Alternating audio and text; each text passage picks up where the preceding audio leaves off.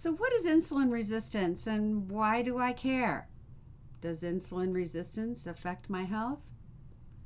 If I do have insulin resistance, what can I do about it? Hi everyone, it's Dr. Tidman with another one of my brief videos. Today I'm going to be discussing insulin resistance and its relationship to your health, but I'm also going to review and define what does low carbohydrate or ketogenic nutrition involve?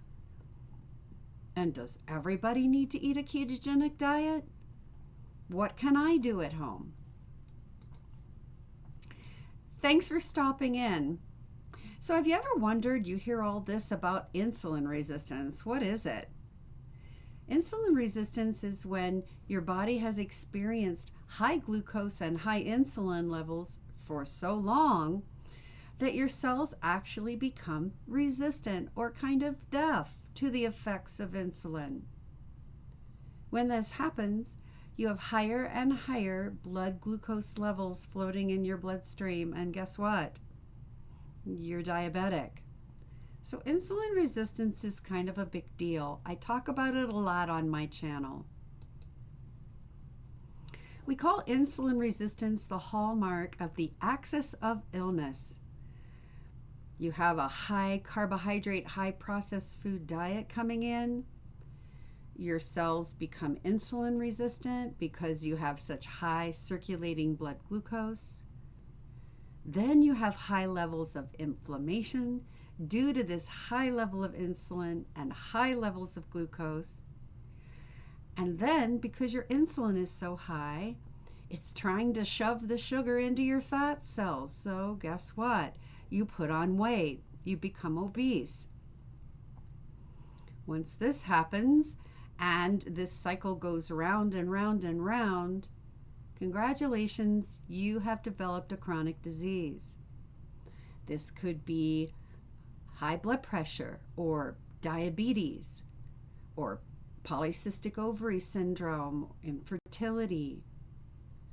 Many, many chronic diseases are connected to insulin resistance. So this is what I like to call a carbohydrate continuum. Therapeutic carbohydrate reduction is when you're working on specific issues with your health. Now, if you're a vegan, you're way down at one end of this continuum, and there are many healthy vegans who do just fine on a vegan diet. It's about 100% carbohydrates, yes it is, and some healthy plant fats. Vegetarians also can be very healthy, especially if they're lacto-ovo-vegetarians eating dairy and eggs. You can be a very healthy vegetarian and not eat any meat or animal products.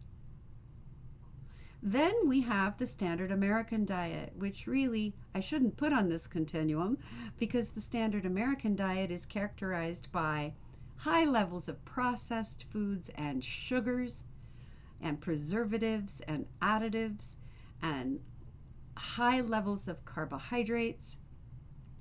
It really shouldn't be on this continuum because all of these areas you see on this continuum can be healthy choices for nutrition, with the exception of what I call the SAD diet, the standard American diet. And then we come to the middle of this continuum, which is a Mediterranean diet. A lot of people are very healthy on a Mediterranean diet. And no, a Mediterranean diet is not a steady diet of all the pasta you can eat.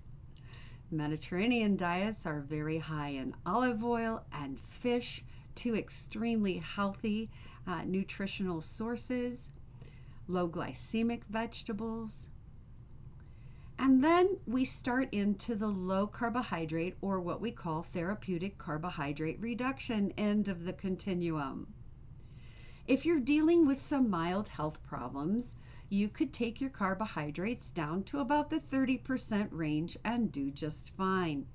These are low glycemic carbohydrates, green vegetables, and yeah, even some fruits. But once you start dealing with some kind of metabolic health condition, then you can work your way towards the other end of this continuum.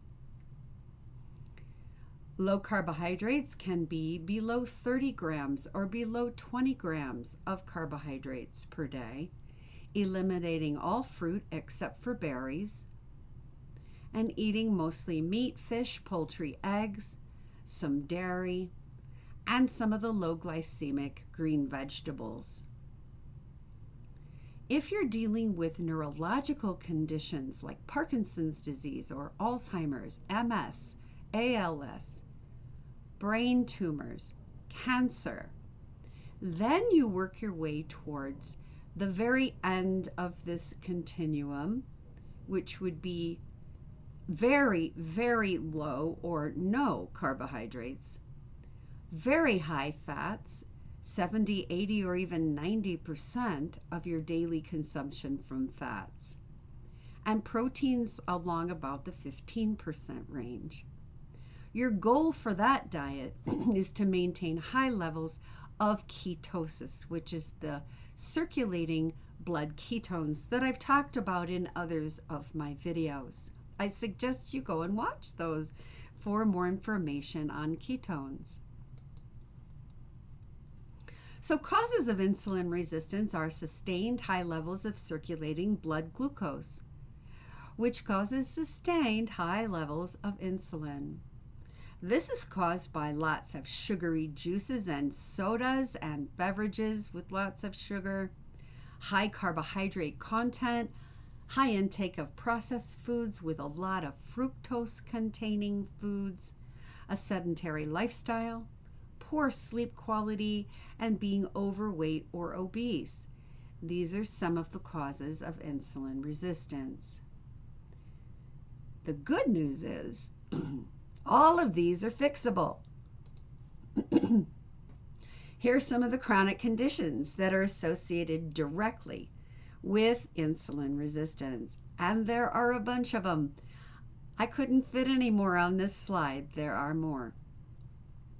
But you can see some of them on this slide. I'll highlight a few. PCOS and infertility, Crohn's and irritable bowel syndrome, chronic colitis, non-alcoholic fatty liver disease, even reflux or GERD. Of course, some of the neurological diseases like Alzheimer's and Parkinson's, but even conditions like autism can be traced to significant insulin resistance.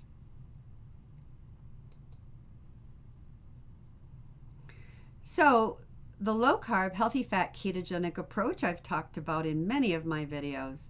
Here are the basics.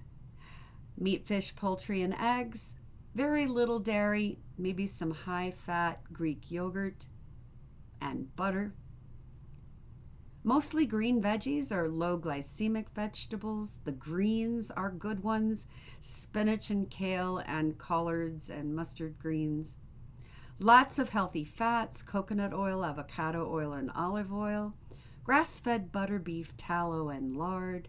And of course, lots of water with my lemon and salt added to get your hydration up. So what can you do if you suspect you have insulin resistance?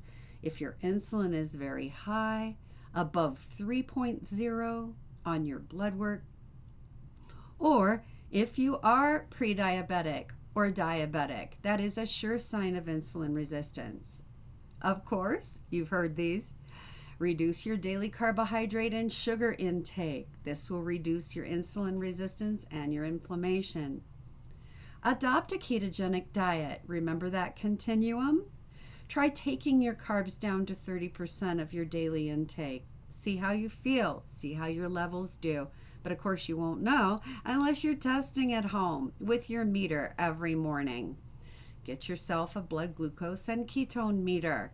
Keto Mojo is a good meter. I use that one myself. Increase your daily intake of the healthy fats to increase your ketones. Butter, lard, tallow, olive oil, MCT, or coconut oil. Take out all the processed foods, sugary drinks, sodas, and other inflammatory foods like grains. You don't need them. Your body doesn't tolerate them. Begin a daily exercise regimen with a combination of aerobic and resistance training. There's the add your MCT or coconut oil every day. Try an intermittent fasting regimen. I've talked about these before. Take your meals down to 2 meals a day with a 16-hour overnight fast. Once or twice a month, try 1 meal a day with a 23-hour fast. Keep drinking that water. I hope this has been helpful to highlight some of the points about insulin resistance, one of the most common foundational problems we see in a multitude of metabolic and chronic conditions.